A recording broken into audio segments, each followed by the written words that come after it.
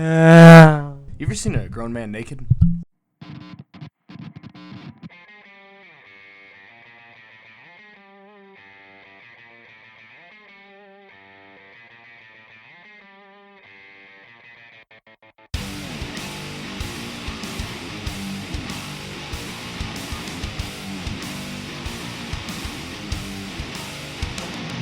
This is why I shouldn't have alcohol this early in the morning. Alcohol? What kind of alcohol? Is it whiskey? You know what? Hold on. Yes. Why are you drinking whiskey, and who are you? Well, for the record, the only reason why I'm drinking whiskey is because it's the superior liquor, but I'm assuming you're actually asking me that question because you want me to get out here in front of all this microphone and all these people who aren't listening to us and say that this is the Super Whiskey Brothers podcast and my name is Tyler. That is very disinteresting. It is pretty rough. Yes, I am also a member of the Super Whiskey Bros podcast, and that's what you're not listening to right now, probably. Probably not. The odds are actually very high wherever you are in the world. You're not listening to this. Chances are you're not listening to this right now because we're recording it right now. How are you listening to it? Are you in my house? It's the FBI. But, anyways, we wouldn't I'm be sad Super you missed my Whiskey Silence Bros. of the... I don't know why you missed my Silence of the Lambs reference there, but keep going. It's fine. Just ignore it, I guess. Honestly, I heard it. I guess it's been too long since I've seen Silence of the Lambs because I did not recognize it as a Silence of the Lambs reference. Oof. Continue with your statement. Mm-hmm. But we would not be the Super Whiskey Bros if we weren't the type of people who drank whiskey. And I assume you are drinking whiskey. And what is the whiskey that you are drinking? No, I've been cheating. Not really cheating.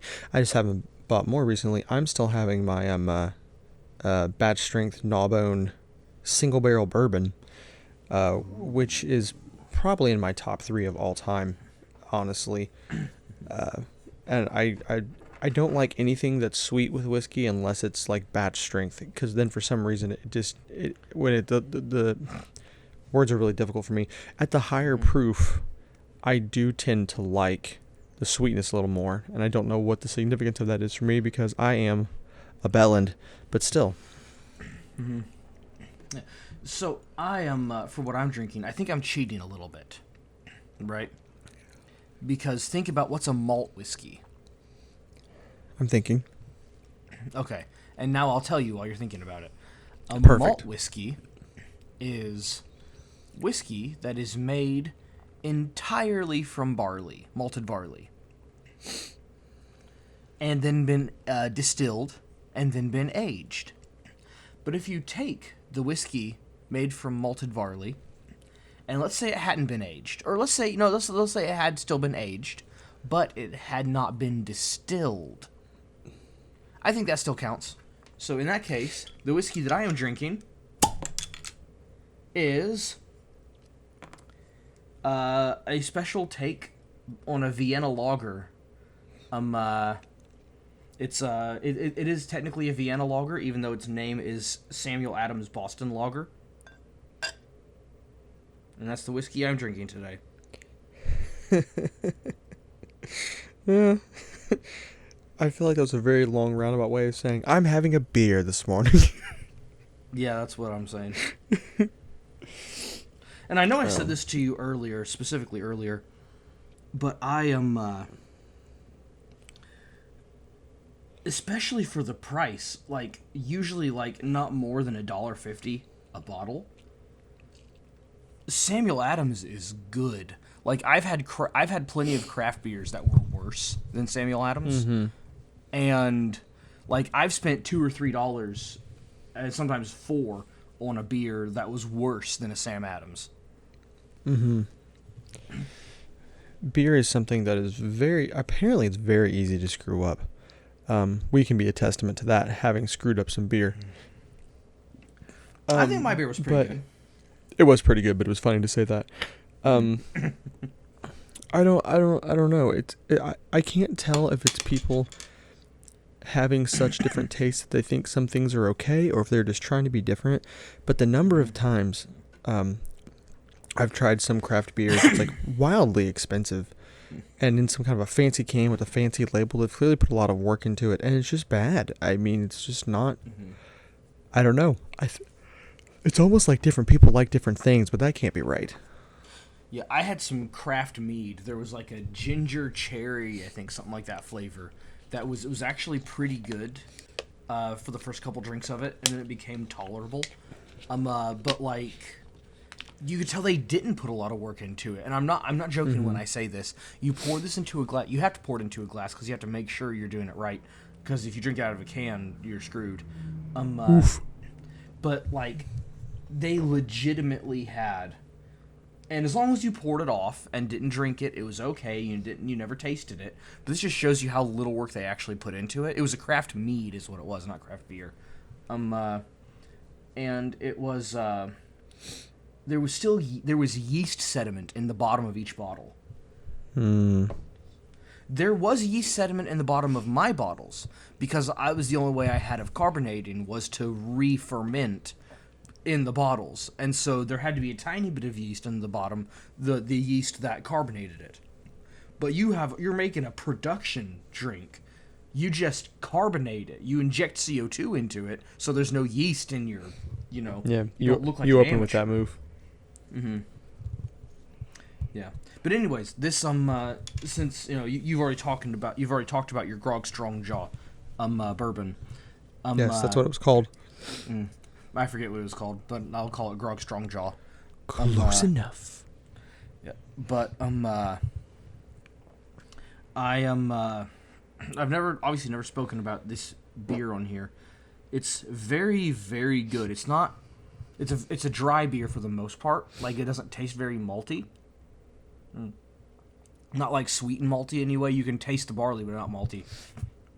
It's very, very hoppy, but it's not especially bitter from the hops. Like it's nearly as hoppy as an IPA, but it's nowhere near as bitter. It's actually good. Because I'm guessing they just added the hops very much towards the end of the boiling cycle. And the earlier you add them, the more bitter they are. And the later you add them, the more floral they are. And there's just a little bit of floral in this. I'm sorry, there's just a little bit of bitter in this. And most of the hop flavor is that floral hop flavor. And it's really good. Stupendous. It's really good. Yeah, like this may be, Sam Adams Boston Lager is one of my favorite beers. And it's definitely my favorite, like, big production beer. I'm starting to like it more than I was a dark stout Guinness man, and I still love it, but I think I may like this one more. Because you're normally a stout Guinness man? I'm a stout Guinness man, yes. I'm pretty stout, at least. But only like if you mean fat and short. Well, because I it am was short implied. and fat, and I'm not too pretty. Anyways. Why are we really here today, though? Why are we really here today? We're here to finish our book clubbing. I don't think we're going to finish it. Well, continue our book clubbing. And we're going to be reading, or we're going to be going over part 2 of The Way of Kings from the Stormlight Archive Chronicle by Brandon Sanderson. Bye, Brandon Sanderson. Bye, Brandon Sanderson. Bye, have fun. What's he doing? Where's he going? We don't know. Is he off making another board game? Probably. It's very possible. Es posible, por favor, as Dad used to say. Por favor. True story. Now, trying to find my note that I had for this. I went over this. I started to read the second part, and I didn't get very far in it because Brooke had to take a nap, and if I was sitting there trying to read my book, and the child was in the room, he kept trying to take the book from me. It was a very interesting book, and he knew it, but I wanted to read it. And so I had to finish it last night, and I didn't realize that this was significantly longer than part 1. And so I I had to read I had to read a little over 300 pages or around 300 pages last night. Oh wow. Mm-hmm. That's a lot But at I one got time. it done. Mm-hmm. I got it done.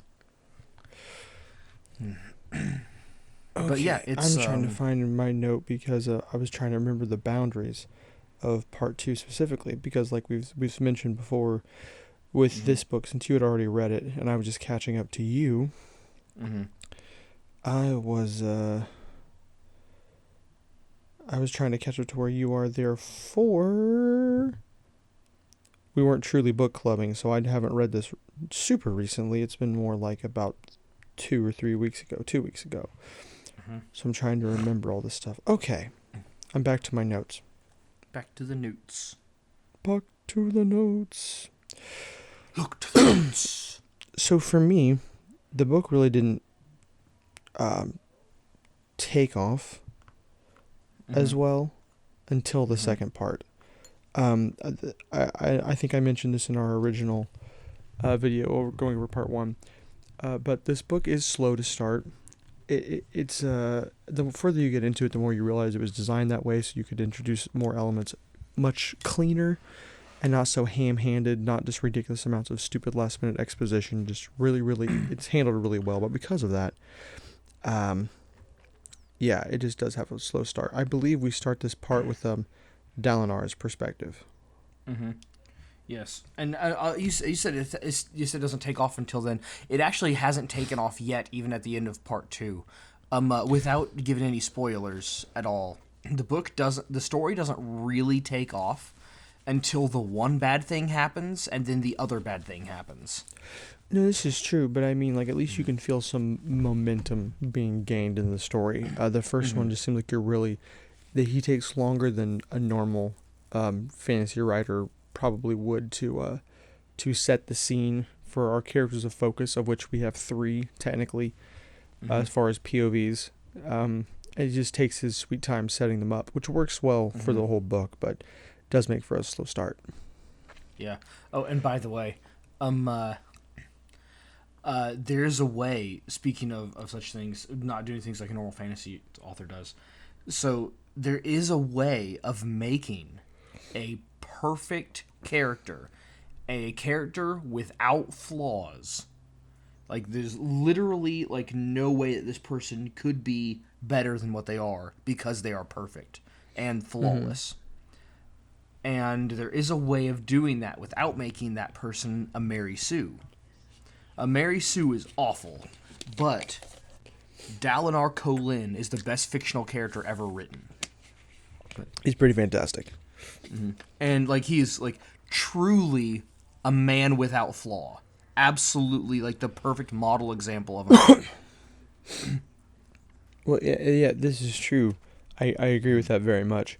But I like that we do get to see him have some flaws unfold and watch him deal with them and have a very real reaction to them, but still be extremely stalwart in his his belief system. It's and like who he thinks of himself as a person and the code that he's trying to follow. He's an impressive character. But yeah, it's okay, so I'm not gonna lie, like, I don't feel, for the most part, like, I don't feel emotion when I'm listening to an audiobook. So when I'm listening to an audiobook, I'm not there, you know. When I'm reading the book, I am there when it happens. Oftentimes I am one of the characters, but at the very least I'm an invisible observer. And I'm always there. That bit at the hunt, when in the first bit in the hunt, when they're going on a chasm fiend hunt, and like I heard this part in the book or in the audiobook, and I was like, oh, that's neat. That's a pretty cool thing that happened. And then I heard that in the audiobook. So that's a pretty cool thing. And then I read that myself, and the part where Dalinar just manhandles the chasm fiend. Yeah. I was like, oh. Yeah, I really think of it as the first high point of the book as far as action drama wise. I mean, technically you have the king's assassination is pretty good, but it's not very long. It's kind of short. There's so much detail that Sanderson does to set this up, and he kind of has. You don't really feel the foreshadowing that much like you think you would, because there's the moment where the Chasm Fiend kind of appears very suddenly for them. They weren't expecting it to happen the way that it did, and the way they just jump into position, and the way he goes into such great lengths to describe what they're doing exactly. It just sets up a really a great scene for Dalinar to be a total bamf. It's pretty great. So all I'm gonna say is though, I said I don't feel awe and emotion listen to audiobooks. There's another thing I heard in an audiobook, and it's either at the end of this book or at the beginning of book 2, because I made a couple about an hour into book 2 on the audiobooks back when I was listening to them. And I don't remember where this is at. All I'm gonna say is Dalinar catching the Chasm Fiend sets the stage for him to make an even cooler catch at one point. And you listened to the whole book, right? Yes, I did. Okay. Did Dalinar make his even cooler catch? What you're in your part of the where you've gotten to in there? I don't. Since I'm not sure what you're talking about. If you don't know what I'm talking about, then it didn't happen. So it must be in book 2. Good enough. Dalinar makes an even cooler catch. Even listening to it in the audiobook, I was like, "Oh wow, what a guy!" Yeah, I've been holding off, so far from starting the next book, but yeah, I would have to say, I would have to say agree with you that he's the most. He's a perfect character for me, if for no other reason than like you get to see him be the strong man of conviction that's had a backstory that makes you believe why he's he's as stalwart as he is and everything, but you still get to feel a fair bit of the struggles he's going through, but getting to see his determination to overcome that, he's really fantastic. He's a great character to read. You tend to root for Kaladin more, but that's just because he's in such a rough spot throughout the whole book that it's just like the rooting for the underdog kind of feeling. See, I've never found myself rooting for Kaladin. Like, Kaladin is okay. Like, he and I could be friends if he was a real person. But, like, every time anything happens and he goes into his whiny, man, I'm just going to kill myself, I'm useless thing, like, every time he does that, he always just... I don't think he has a moment like that in part 2, another one, because he's back on a high. But when he goes into his lows, he is so annoying. Like if it wasn't for the fact that the story wouldn't happen when it was, like the way he acts when he's in his lows, I wished he would have thrown himself into the chasm. At the end of part 1, like it was. It was. I hate him. I mean. He's all right as a person, but he's just so whiny. And then when it comes to like doing in the face of danger, sure, he's cool and brave and awesome and stuff. In the face of anything else, the man is a coward. I think that it was a very, very good move by Sanderson to write Kaladin, and for that Shallan to be as insanely and obviously flawed as they are, for two reasons. Yeah, the first reason obviously is that you get to watch more of their progression, but in a kind of underhanded way, it allows you to have a character like Dalinar Kholin, because I think without Kaladin and Shallan, I don't think you can really have a character who's that great, and it not feel like some ham-handed story. I feel like without those two overtly flawed characters, you can't have someone who's this fantastic. Because then, like, you have this moment at the end of the book that I'm not going to spoil, but where you actually, I mean, it's not much of a spoiler to assume that Kaladin and Dalinar would meet. When they finally meet, you get to see Kaladin, who's come all this way and made all these improvements and become this much better as a person, come face to face with this guy and be like, wow, this guy's actually pretty fantastic and I need to get on this level. I think him making Kaladin so whiny and pathetic at times is what really makes other characters like Dalinar be like, oh, you can have this guy now. You're allowed to have someone who's this much of a vamp all the time, because otherwise it seems cheesy. Yeah. But I mean, And I guess I guess it makes sense though, because it does show Shallan and Kaladin as being very young. Shallan is significantly younger. She's what, 16, 17, I think. Younger than Um, Kaladin. yeah, and Kaladin's 20. Yeah, so Kaladin's 20, she's 16, 17, something like that. But they're both young, right? They're both kids. Right. And well, that's this seems to follow modern ideas of child to adult progression. During the if this was on Earth, not in the Cosmere, during the time that would have been written, they both would have been adults. Or during the time that would have happened, like with the time of swords and armor and everything, they obviously both would have been adults. But then it is mentioned at one point that once you enter adolescence as a girl, you're able to cover your safe hand. That's mentioned in that's brought up once in this part. The safe hand is kind of described a little bit, not why, but what and how. Now I don't know if the why is ever brought up. It doesn't matter. It's just it's part of the decency and fashion of Alethkar, and Vorin as a whole, I suppose. The Vorin religion. But they yeah, and they have a but it says when you enter adolescence, and the fact that it said when they enter adolescence means that it's a modern take on it. Because if this was even 100 years ago, you don't see the progression that we see today, which is child, adolescent, adult. You see child, adult. So Adult. yeah, you skip that phase there. Skip ahead a bit, brother.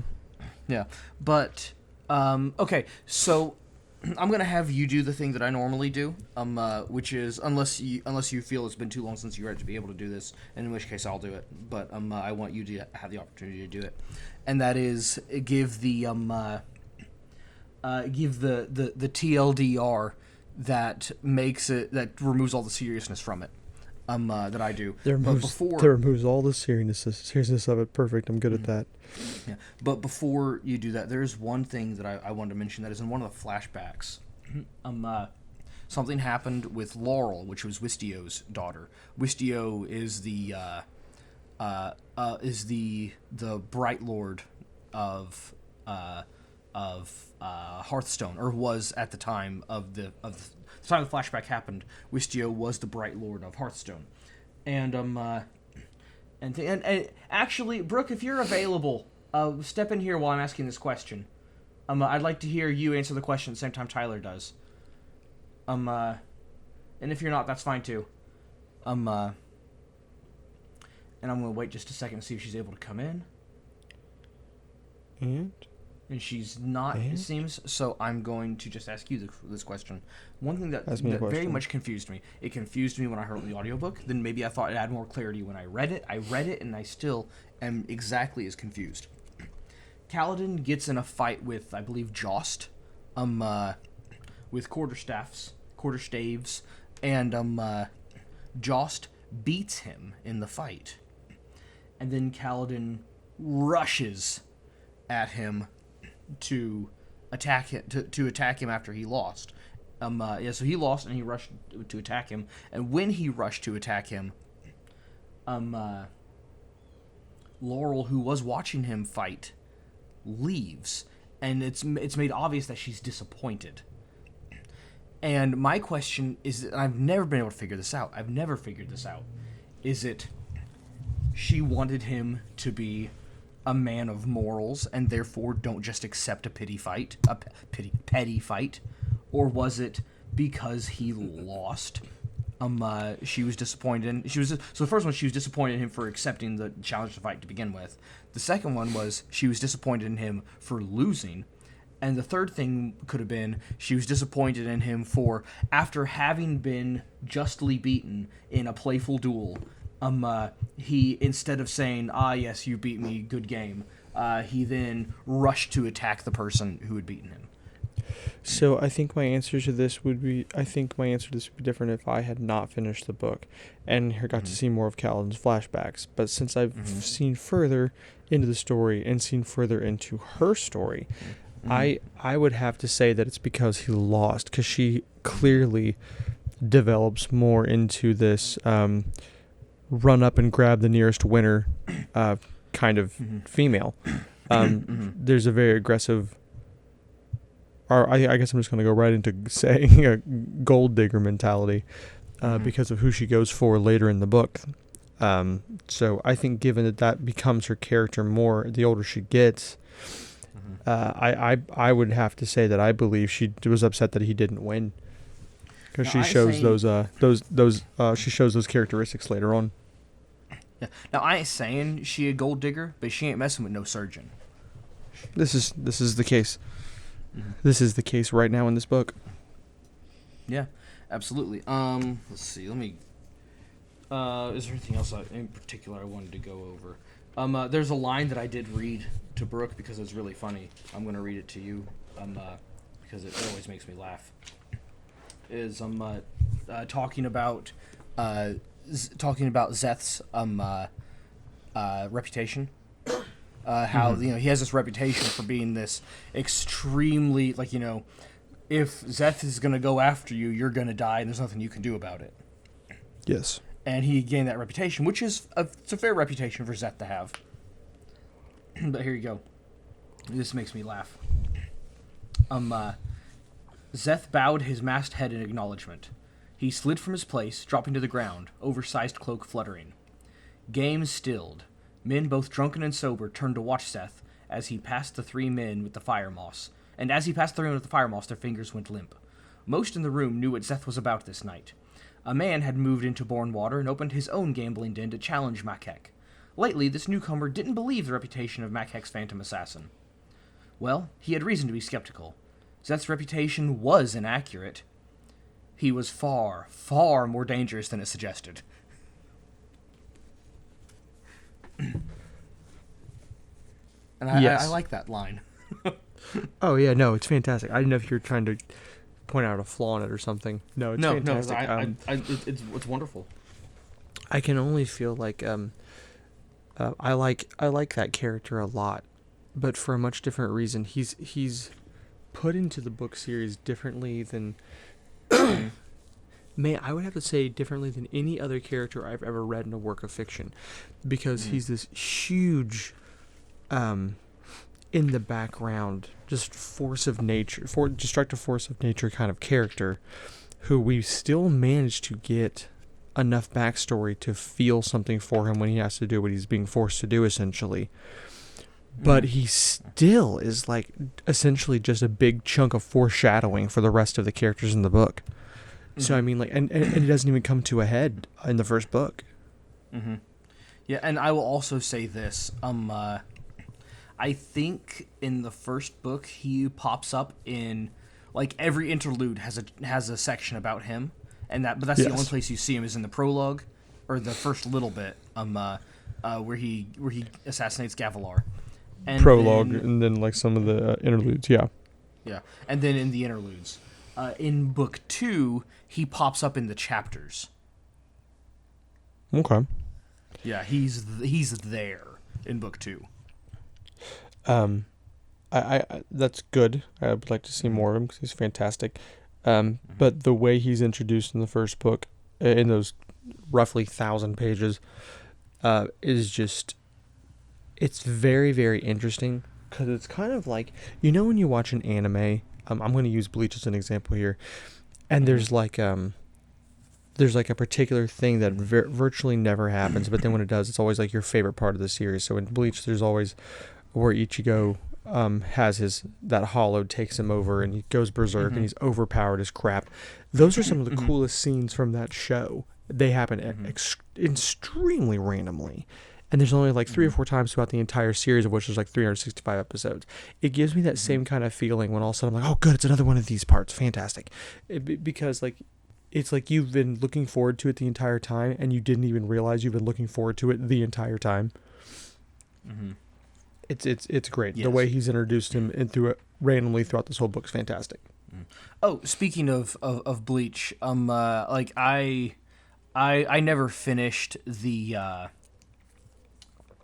I forget the name of the cycle. It's the cycle named after the character, the bad guy who everyone thought was a good guy. He was one of the captains. Aizen, yeah, the Aizen cycle. I've never finished that, but I think it's at the end of the Aizen cycle, supposedly where Ichigo uses the final Getsuga Tensho Mugetsu, and that's the move that uses absolutely all of his power into one attack, and because of that, he loses all his power. Does he get it back? Because supposedly it's of course he does. There's like because it's supposed to be a more permanent episodes. thing. Yeah, but how can you just say, oh, he has no power left? Okay, see you guys later. You know? Yeah, he has to go back and get them. He has to go back and get them the same way he got them before. It takes forever and it's stupid, but he has to the wear a Aizen glove? cycle. Oh, One glove. One glove. You got it. I don't want to start talking about Bleach instead of this, but I will say that that's the best part of the series is all the way up until Aizen's death, but it's still a great series after that. But watching him get his powers back is excruciating. Whatever it's called, the bit with the vampires, I skipped that. I didn't watch it. Bont. It's the Bont cycle, right? Yeah. Yeah, it's not worth watching. But I'll tell you what is worth watching: the pages of The Way of Kings, Part 2. How do we freaking get off on Bleach? Are we able to stay on topic? Clearly not. That was impressive. So I'll tell you what, let's break down briefly. I don't think we have to break down all the chapters necessarily, but we can. So the first chapter, I'm going through my notes. I actually have notes. Shocking, I know. I'm as shocked as you are. Here. Okay, so chapter 12 is the first chapter of part 2. And you alluded to this earlier talking about Dalinar, but this is going to be the chapter with the Chasm Fiend hunt. There's really no point in talking about it because we pretty much summed it all up, because I don't want to break down the chapter unless you have something to say about it. It's a great read because it's a really great fight. Lots of drama in that, lots of last minute twists and turns, and it really sets the stage for the paranoia of the king, which is peppered throughout the it's peppered throughout the book, and plays a lot into the politics side of what's happening with everyone. So it's a very, very important scene. And the way it's done, is very, very important. But outside of that, I'd rather not try to break that down because I want people to read it and actually get the experience of it, because the fight with the Chasm Fiend is it's one of the first truly intense moments of the book. Because it's drawn out a lot more. Yeah. But if you have something to add it, you fool. Yeah, I suppose I'll run over the synopsis that makes everything sound not interesting and unimportant. And then at each point you can just add the add to it what you believe needs added to it. So it starts off with the it starts off with, like as you said, in the chapter with the Chasm Fiend hunt. They went to have a hunt. Adolin doesn't like hunting. And then Dalinar admits that hunts are boring, and then Dalinar suplexes a Chasm Fiend to show that they're not boring. And then the king falls off his horse, and they decided that the strap was cut. Spoiler alert, it was cut. And they and then they make it back to the camp. And did you sell it? Okay, cool. It's been sold. They go back to the camp, and then I'm gonna go down the Adolin Dalinar story as best I can, and then I'm gonna go back to the Kaladin over this section. Okay. Yeah. So just go down Dalinar Adolin. So they go back to camp, and Dalinar trying to remember exactly what comes next. Let me look at this. So they go to investigate into the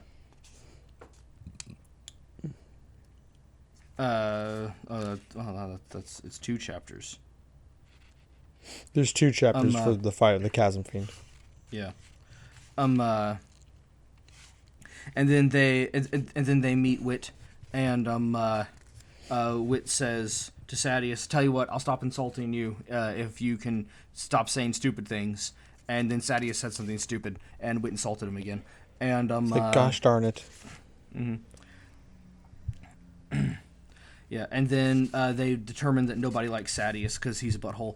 And then they went on to, I forget what happens. That's Cocoons. I read that last night. That's a backlash or a flashback. Yeah, and then they say, really not a whole lot happened in this chapter. Dalinar, Dalinar is caught out in a high storm and he has a seizure, and then Adolin makes up for that by banging 16 chicks in one chapter. Yes.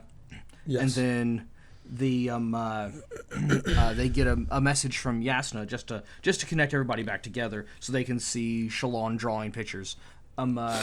Just so to make sure, hey, Shalon is still there, guys. Don't forget about her. And and then while Dalinar's having a seizure, he thinks he's married to somebody else, and then kicks butt.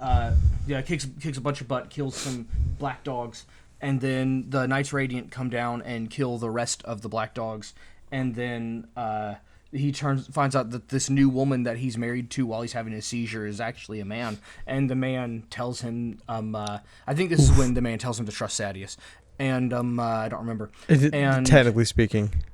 Yeah, and then he says, okay, woman, man, progressive, I don't know what to call you now. I thought you were a woman, and I misgendered you. And he said, no, don't worry about it. And which is proof that it wasn't a real transgender because they wouldn't have said that. And and so it was just that's how that happened.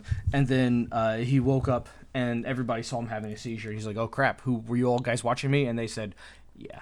And then he went and did that. And then Adolin fights, I believe, 4 duels in the background. And I don't know if he killed the people or not, but I hope he did because they were anus people. And then Wit goes back to no one dies in the insulting duels, people some more. unfortunately. Mm-hmm. Well, no one dies in the duels for shards, but I'm sure there were some duels that said, hey, let me duel you and I'll kill you. And they say, oh, okay, yeah, I'll do that. I'm sure that They're happens like, oh sometimes. no, we didn't know that wasn't part of the deal. Yeah, and then that's pretty much most of what happens in the Dalinar Adolin cycle. Could have sworn it wasn't until part 3 for those duels, but it doesn't matter. Well, you don't. It's mentioned in passing. The people kept insulting Dalinar and Adolin just made in passing at the feast. I had to fight 4 duels today. Because of that's their right. insults. That's right. Yeah, like you remember the background. I thought you meant the scene. I'm with you. Yeah, no, it's happening in the background. You just don't know that they're happening. I kicked 4 respective butts today for you. Disrespective butts.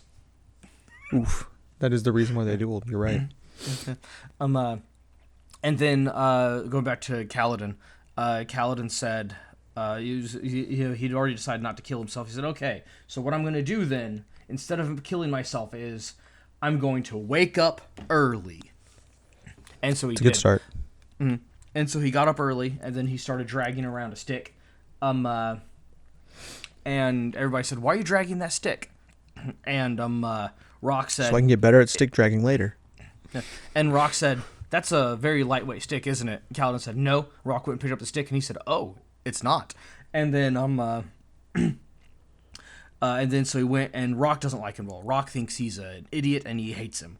Because, he is an idiot, and Rock hates him. So there you go. Yeah. And they go on a bridge run, and Kaladin said, Rock, would you like to stand in the back where you're not going to get shot, and I'll stand in the front? And Rock said, okay. And so he did. And and he ran, and he didn't sit down. You're supposed to sit down after you put the bridges down, and he didn't do it. He stood up instead. And the soldiers laughed at him, and then they laughed at him, and they laughed at him, and then they didn't laugh at him. Then they made it to the bridge, and Kaladin got shot in the ribs by an arrow because he didn't go in the back, and then because he's an idiot. And then there were a couple people that were injured, and they dragged them back. And then they came back with orders. They said, hey, those injured people that you have, don't you dare feed them. So Kaladin said, I think I'm going to feed them. And I should feed them. Yeah, and Rock said, hey, because you put me in the back, we are now best buds forever. And Kaladin said, cool, I'd like a bud. And he said, okay, we're buds. And they were buds. And then they dragged Teft into it, because Teft is a good guy. Because basically what they said was, hey, Teft, do you want to join us? No, not really. Please? Okay, fine. And then that was enough to get him to stay permanently.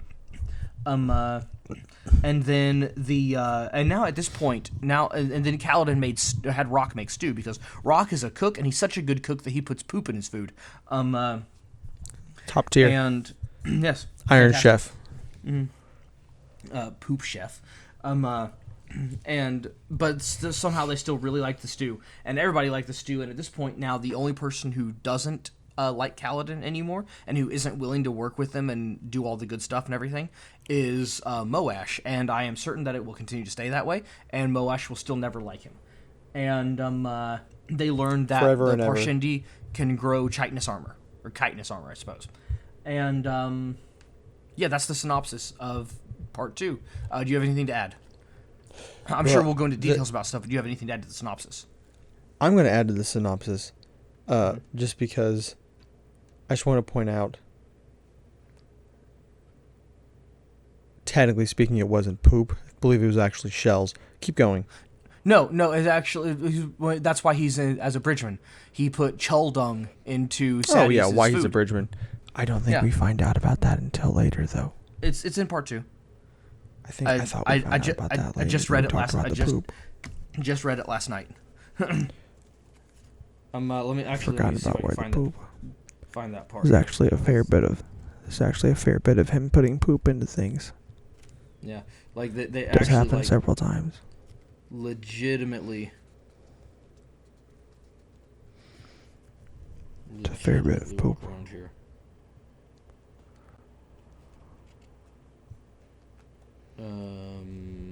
Poop. Let's see. He talks about the poop. Where's the poop? I'm looking for the poop.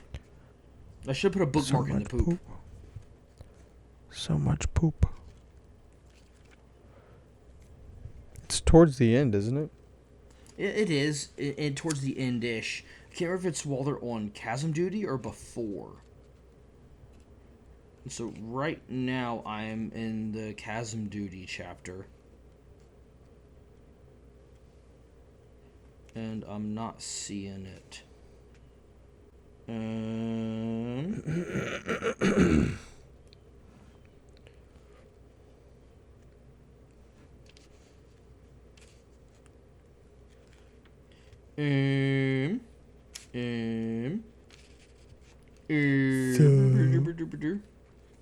I'd like to find it.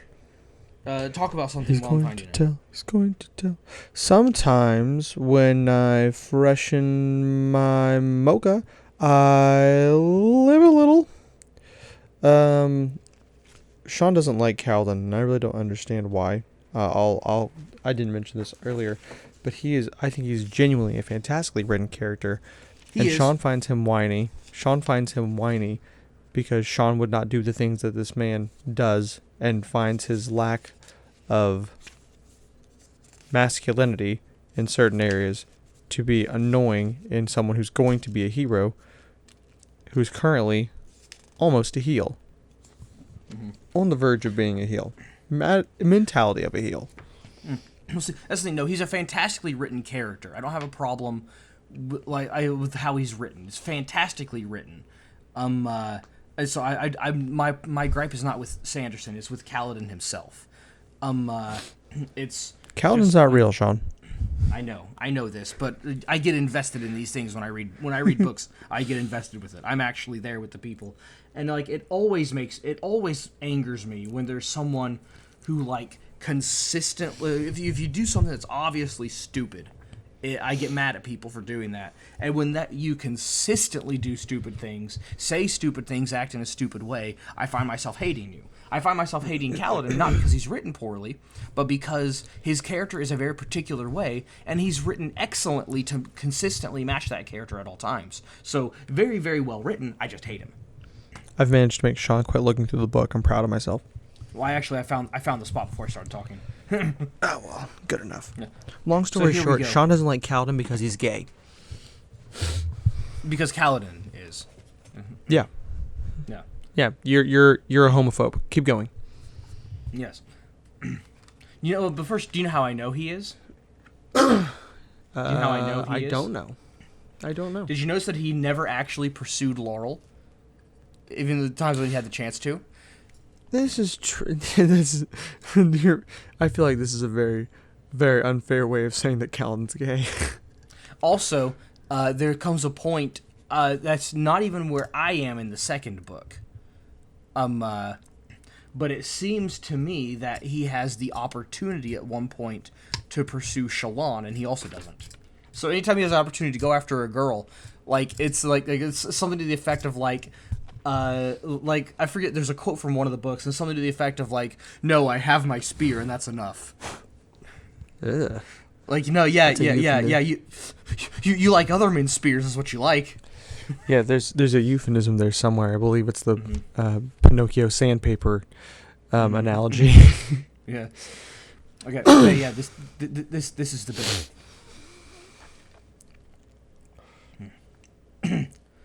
I may have enhanced the soup. You see, I was quite angry about my Nuatoma's death, and I thought, these lowlanders, their tongues are all scorched and burned by the food they eat. They have no taste, and... And what? Kaladin asked. Chuldung, Rock said. It apparently has stronger taste than I assumed. You put Chuldung in the High Prince Sadius' soup? Yes, Rock said. Actually, I put this thing in his bread, too, and I used it as a garnish on the pork steak, and made a chutney out of it for the buttered garams. Chuldung. It has many uses, I found. Especially the chutney. That was very ingenious. Mm-hmm. Yes. I never would have thought, here's some poop. Let's make chutney. It's Sir Reginald, poop of chutney. Poop of chutney. Is this chutney from a chickpea? No, this is poop from a butt. Yes, I was after you. I'm glad of that. That is poop from a butt. We've really only got one other character to cover. Renarin? We don't care about covering him. There's no point in covering him. We're talking about the three main characters. You dingleberry from a butt. Main characters. Oh, I guess we hadn't really... I guess I had mentioned stuff Adeline did, but we never hadn't actually talked about Adeline. No, we still have a Shallan appearance in part 2. No. Other than she draws a picture, but she's not in part 2. I didn't know if you wanted to parallel what she was supposedly doing during that time frame, but since it's not talked about, we don't have to talk about it. Mm-hmm. I know what she was doing during that time frame. She was drawing a picture and studying. Well, in that particular moment, yes. Mm-hmm. Anywho. Yeah. Also, talking about Adolin, talking about Adolin's character. Adolin is a 23-year-old, and he acts like it. So he's brash, he's rash, and a little impetuous. Brash, he's rash, and he's not short on cash, if you know what I mean. That's also true. But, and so, he's always looking for someone to fight, and he has a chip on his shoulder. And while that is those are annoying qualities, those are qualities to be expected from a 23-year-old guy. So I can't really complain about Adolin's character, about Adolin as a person. Because he is a 23-year-old guy. He is, Well, that's fair, but we also see some very, very strong influences of his father, and the way that he's not accepting the particular type of ranked duels so he can become the greatest duelist, which everyone says he definitely could be, but his father doesn't want to because of the code. And there's certain things that he does in the way that he treats others because of how his father's raised him. I think it really sets up for making a really fantastic character, just like Dalinar. More, you're seeing the beginnings of it. Mm-hmm. Yeah. So what I'm gonna say is at the very last thing that's said in the actual chapters of Part 2 before you get to the interludes, it's Dalinar makes the statement that he's going to. I almost said abscond. He's not going to abscond. He's going to.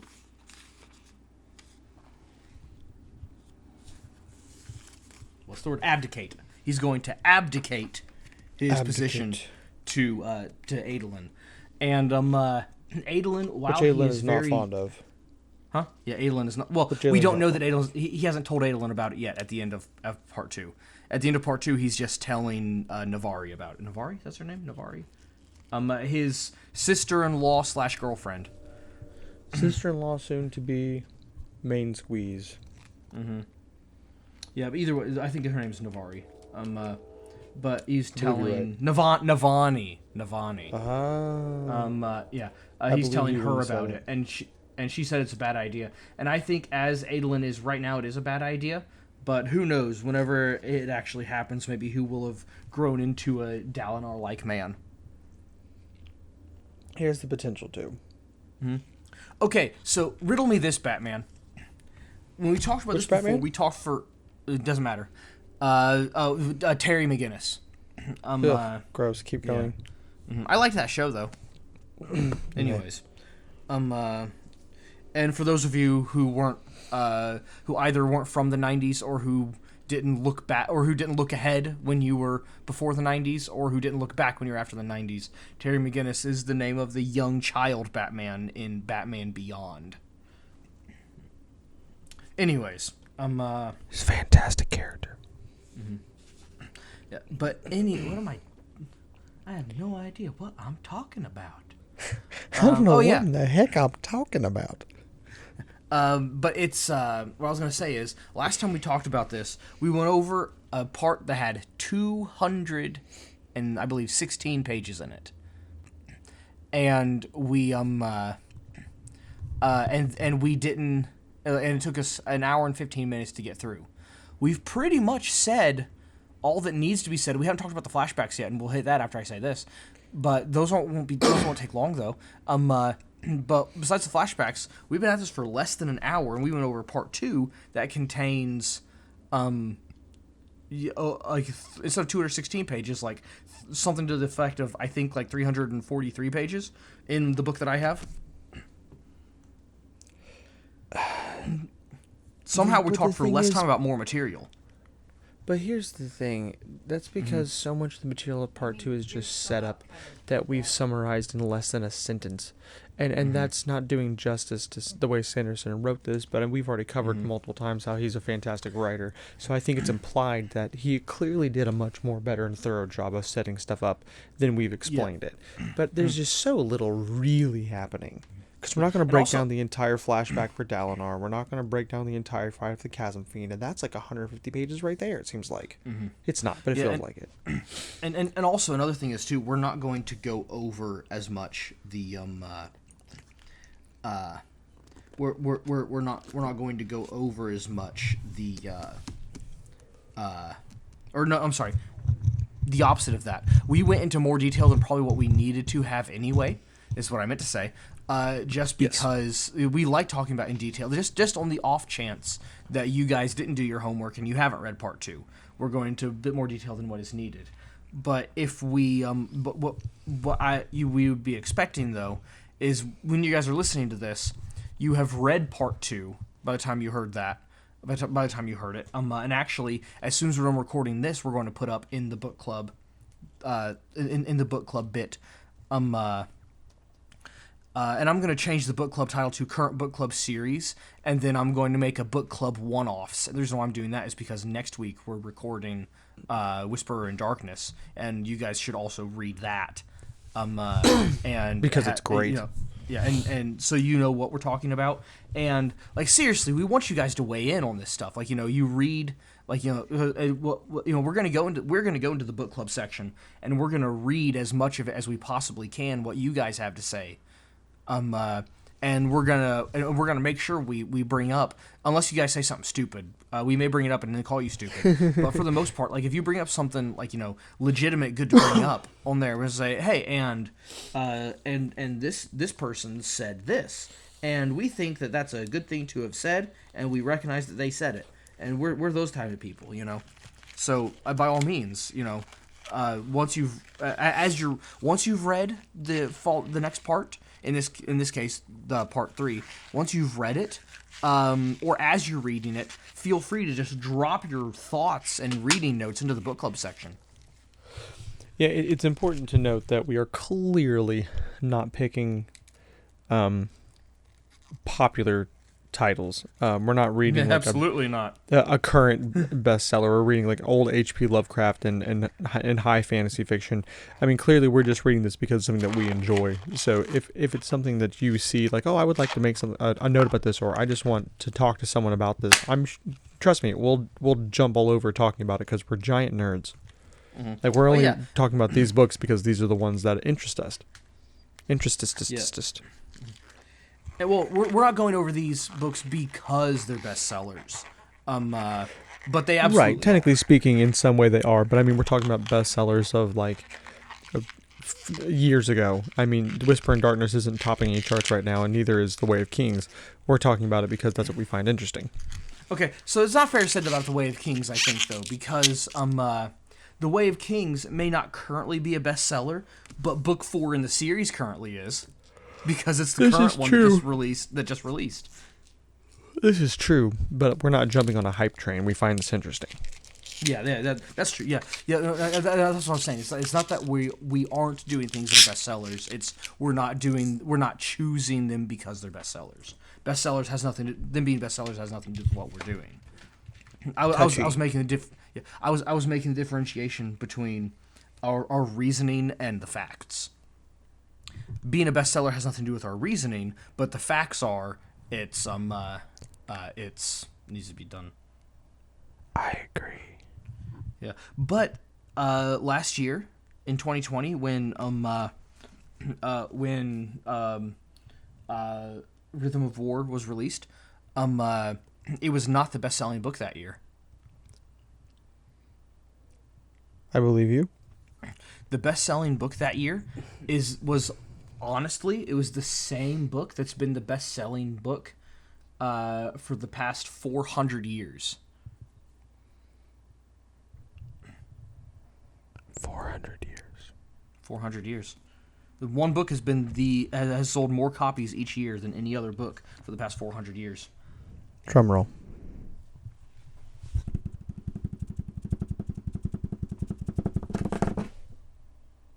Es la Sainte Bible. Es la Sainte Bible. I don't feel like, was the Spanish version really the best-selling version? Okay, interesting. Anyways. Santa Biblia is the Spanish version. You should know what La Sainte Bible is. You would think I would. You, of all people, should know La Sainte Bible. I, of all people, would forget it quicker than anyone else. It's French. Yeah, that's why I've forgotten it. Okay, hold on. Now I need to make a joke at Tyler's expense. before we move on to the flashbacks, Tyler's bad at languages. Tyler was learning French in high school, but he wasn't learning French vocabulary. He was learning French grammar, which was very stupid. And he was learning because, well, really, I can see learning grammar before you learn vocabulary, learning how to structure the sentences and stuff before learning the words to put in those spaces. So that kind of makes sense. But anyways, and you were talking about it, and someone said, so you can speak French, right? And you said, well, no, because I'm not really learning French. I am, and this is a direct quote from Tyler, I'm learning the English of the French.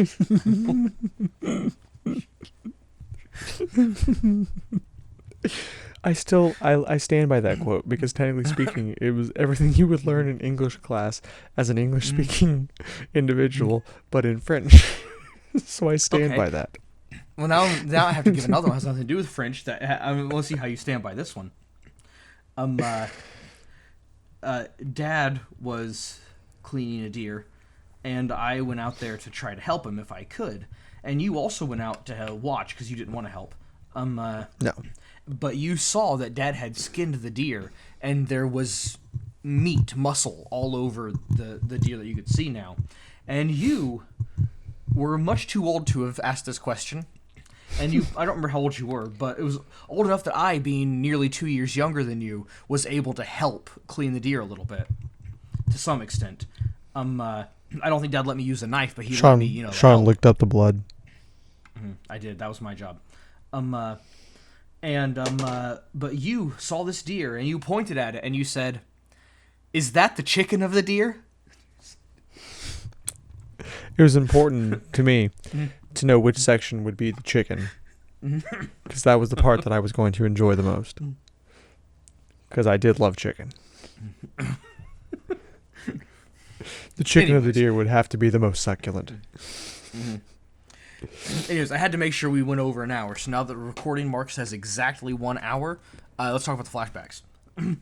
Or not the flashbacks. Perfect. The the flashbacks. I almost wanted to the call interludes. The interludes and also Kaladin's flashbacks.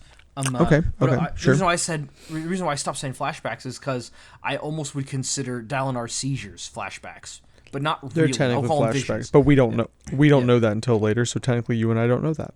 Yeah, we'll call Dalinar's seizures visions, and the events of the more recent past flashbacks. Stupendous. Yeah. So Kaladin, all these flashbacks are for Kaladin. In book 2, so in book 1, the flashbacks are, and this is very interesting how it's structured, and I like it. Book 1 has Kaladin's flashbacks. Book 2 has Shallan's flashbacks. Which are very like that. boring. They start off very boring, and then there comes a part where it's Oh. So, yeah. But anyways. Which, by the way, I'm Kaladin's not going to interrupt flashbacks. anything because this is at the end of the book, but I will say, like, that random truth that she had to tell to go into the world to prove to... that's a piece of foreshadowing I'm excited for. Please continue. The flashbacks lead up to that truth. Fantastic. Yes. And so then in the flashbacks, I'm trying to remember exactly what flashbacks are in this one. I believe the last flashback in this in part 2 is Roshone, and so I'll go up to that point. Just the arrival of Roshone. Okay. What? New drinking game. Take a shot every time you say flashback. Every time I say flashback, I don't have any shots. What happened? Flashback. I guess I have to drink so much right now. Brooks said new drinking game. Take a shot every time you say flashback. All right, I'm in. Let's go. I'm doing it right now. You said Okay. flashback. I'll drink with you. We're in solidarity. Okay. All right. So in these events showing showing Kaladin's past and history, they starts off with. Does it start off with the little girl no, the little girl doesn't fall in the first one. In this first flashback, it's the one with Laurel, isn't it? It's Cocoons. Yep. The one with Laurel, and then he's with Laurel, and then you find out that Tien is a hyper kid that is very good at, you can always make Kaladin smile. And I'm not doing my make everything not serious thing right now. I'm doing the same voice for some reason. But I'm actually legitimately going over the flashbacks. I think that's important to note because this is really how I'm saying it's really how it's going to happen. I'm not being sarcastic. You can always make Kaladin happy. And then Laurel thinks it's cool. They can always make Kaladin happy. And then It's foreshadowing. Yeah. Which I think, and I think it does say when they're on chasm duty. It does mention that he let his little brother get killed. I think it's on the They allude to it pretty strongly. Yeah, he does but make that statement. It's still... it does make sense. My brother is dead because of me, or something to that. So it's not really how it happens and why it happens isn't really, that doesn't come up in part 2, but it's stated that it does happen. So it's okay for me to say Tien dies. There's some foreshadowing. There's some foreshadowing in part 2. But not enough to keep you as interested as part 1 or part 3, to be honest. Yeah. But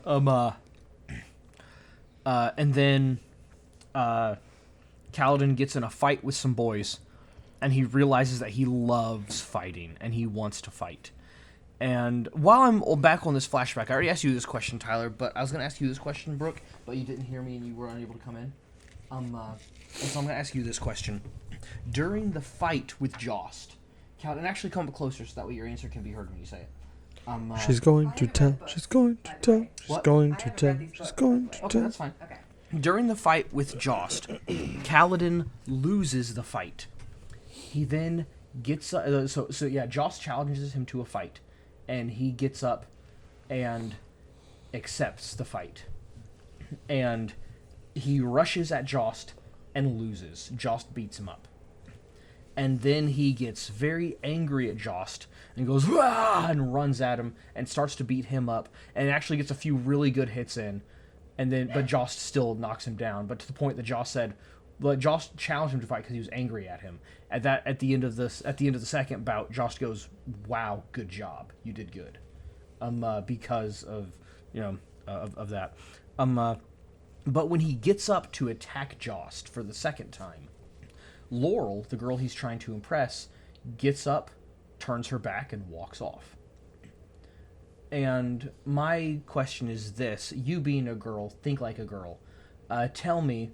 Was she angry? Was she? It's implied that she's disappointed. Mm-hmm. Was she disappointed that he accepted the challenge to fight to begin with and didn't just I'm just being honorable? And no, I will not do that. Was she disappointed with him because he lost, or was she disappointed with him because the fight it was a fair and square fight? He got up and lost. He lost. Okay, now the fight's over. Oh wait, you're attacking again. Yes, it was a disgraceful losing. Brooke's wrong. Like I would see that he handled it like a child. Like, oh, you beat me up, I'm gonna beat you up now, and he still lost. So Brooke has answered this truly from her heart in an answer that would be true for her, and I'm not discounting her answer, but she is wrong. Okay, Tyler said you've answered this question.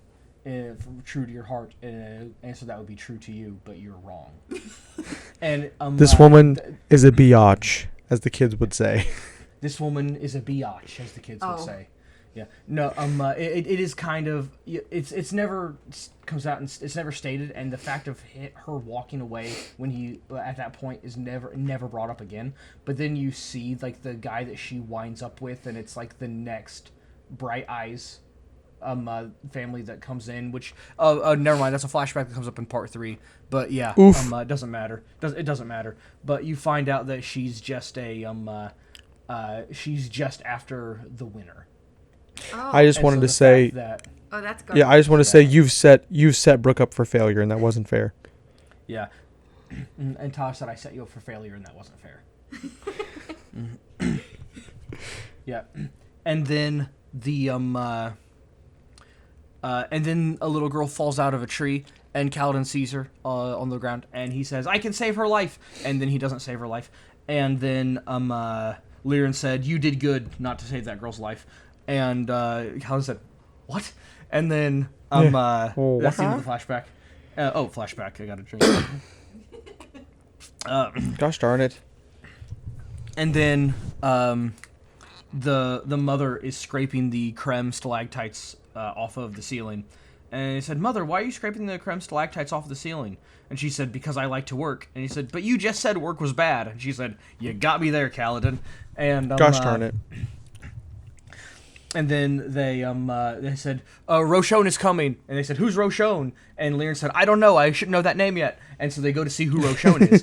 And they see that Roshon is a Light Eyes, carrying a sword and wearing a battle dress. And they said, "Oh, he must be a cool guy." And Roshon looks back at them and says, "Nah."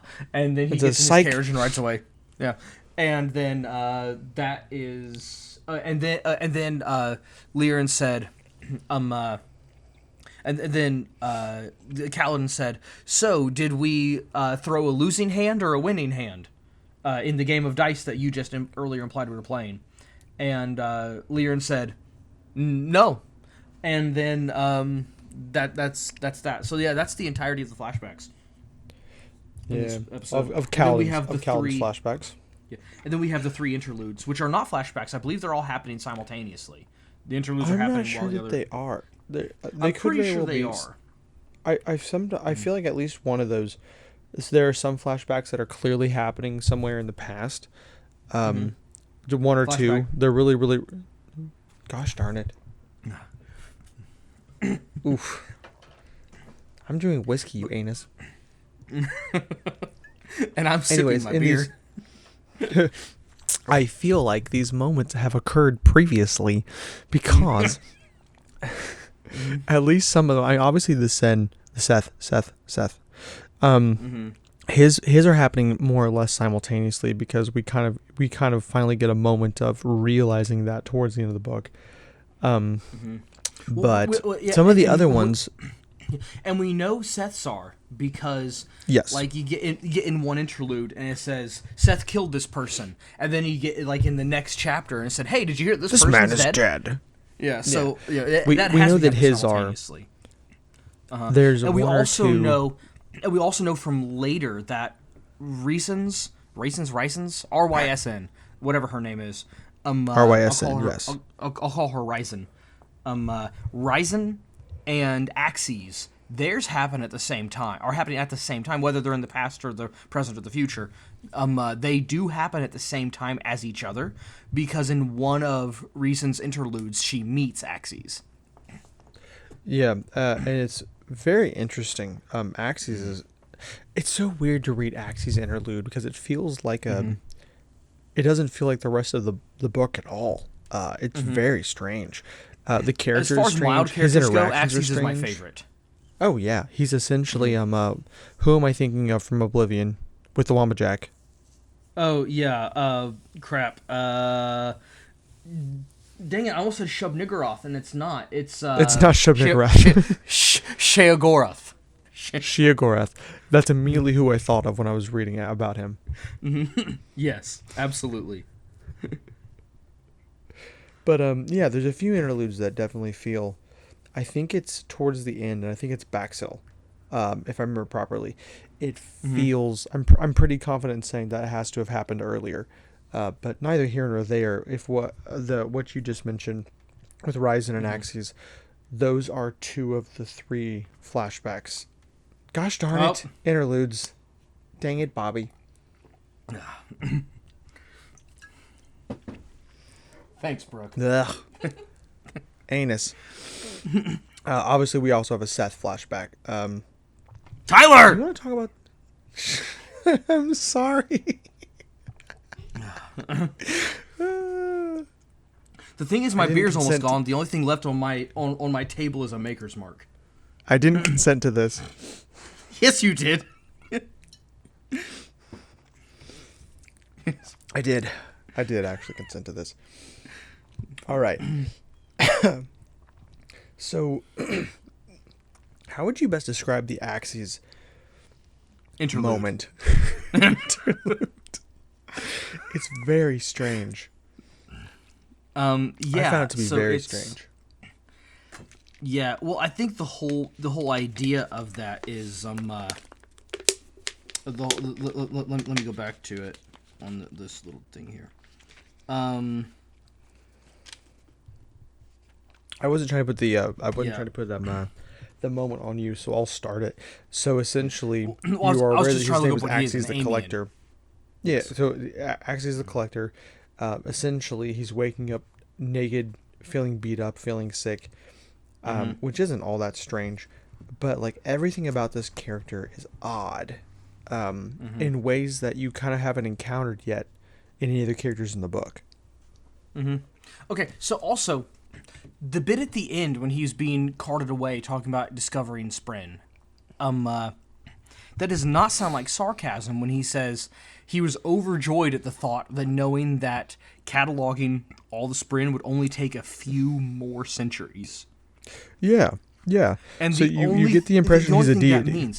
Yeah, because the only thing that means, like, a few, they will say, oh good, this will only take a few centuries. It's a few more centuries, which implies that he's already been at this for some centuries. Right. It's a very strange one because the opening is strange with the homeless guy. It's kind of implied that not only is he a lower deity, that maybe this homeless guy is a higher deity, the homeless guy's just crazy. It's very strange. The homeless guy's just crazy. Well, that's fair, but I mean, like, he sets it up for you to believe that. And then the way Axes replies sets you up to believe that he's some kind of a deity or a he a understands demigod. Deities and A demigod in some way, maybe. Yeah, but like not that demigods are brought up in this book. Yeah, so the Almighty is not explained.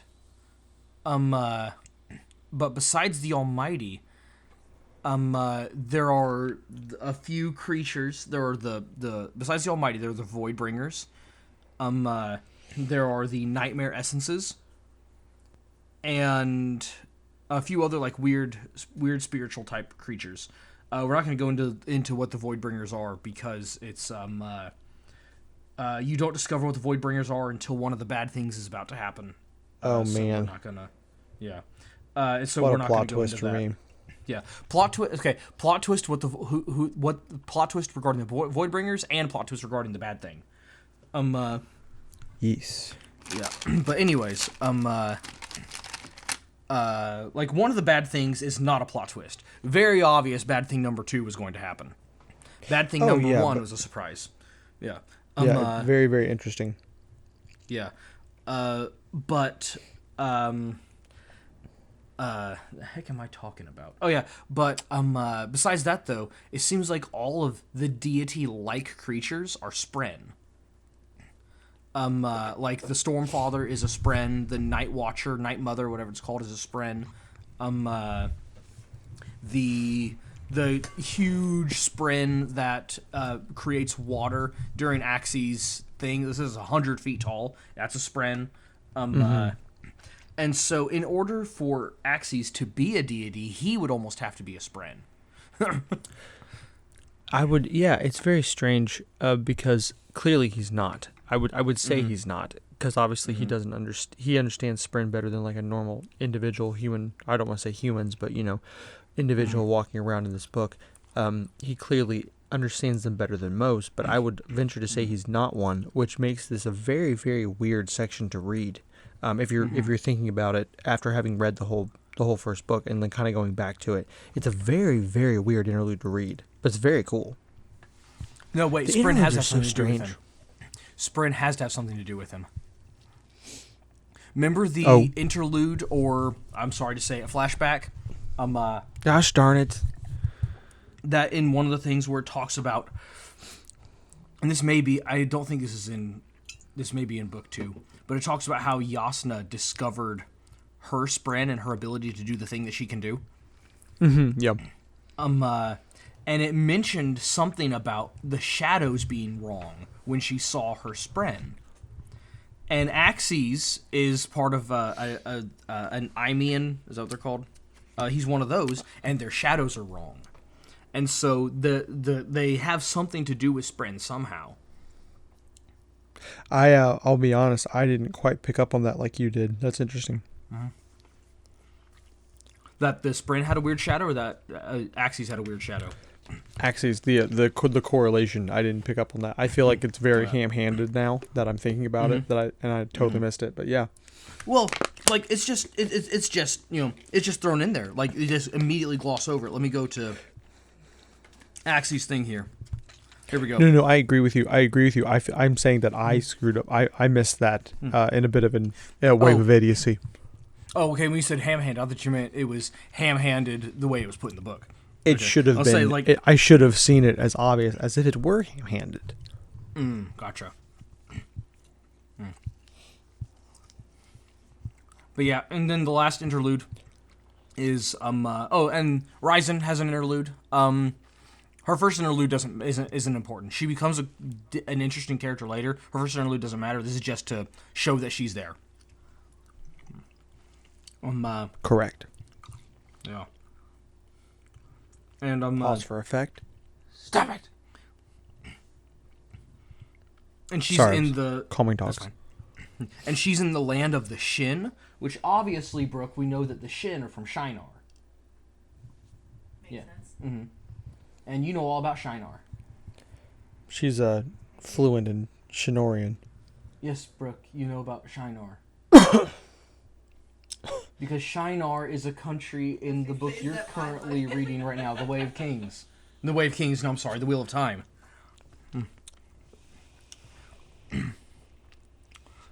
But anyways, and so she's just there, and she learns that the Shin haggle weirdly, and that's all that flashback is about. Dang it! Son!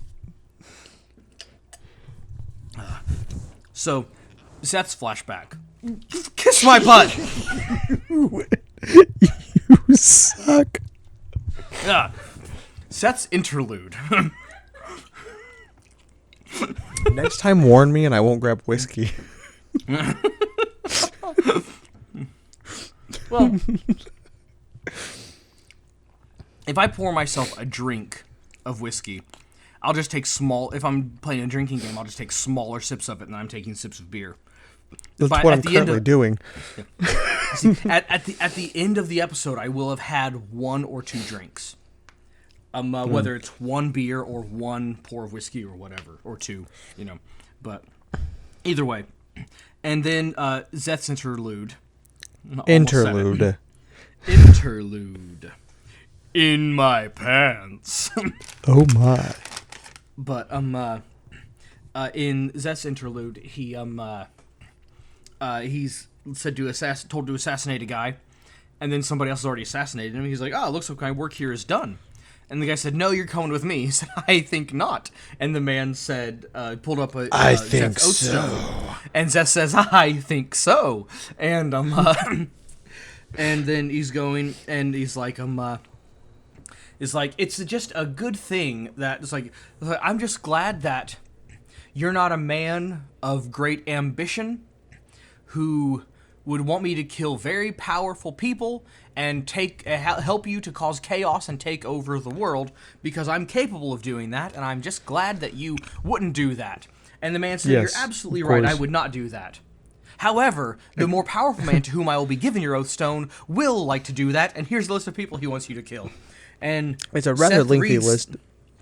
And Seth reads the list, and he says, "Well, crap." Well, poop. And that's the end of part 2. Also, the individual with whom we find out is the person.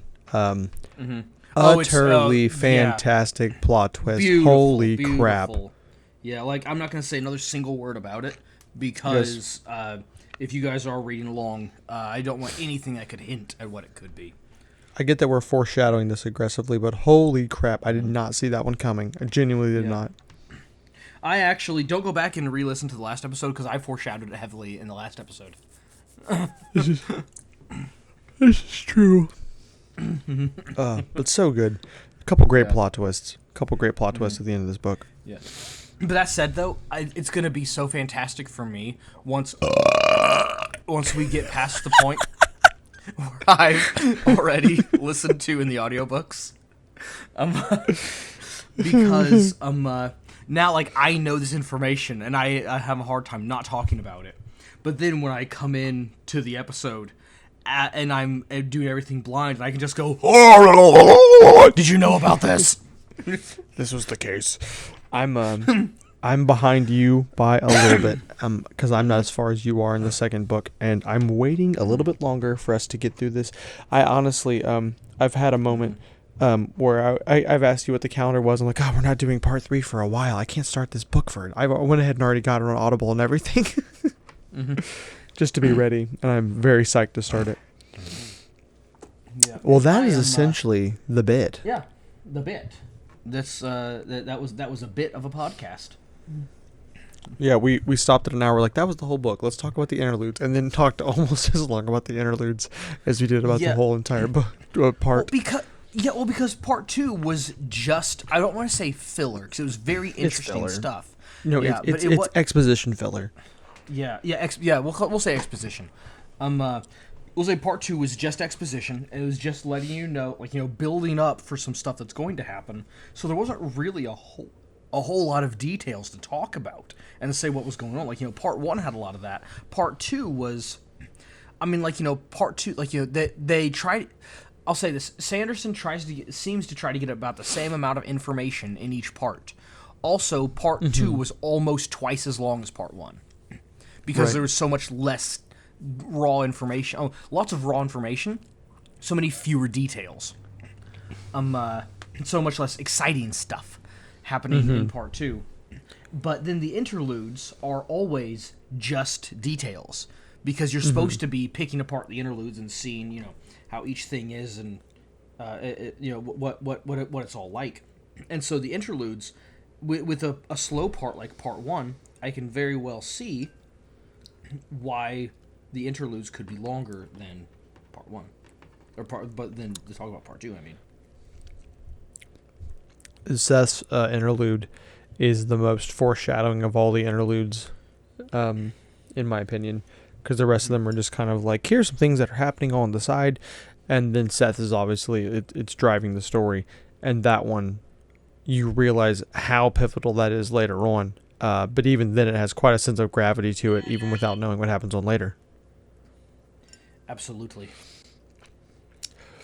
Well, I think that's a good point to quit talking about this because anymore, and we're going to have to start talking about what happens later on. Yeah, what happens to be for it to make we sense. were talking about everything that has happened, so rather than talking about what's not, I think we should just call it for the day.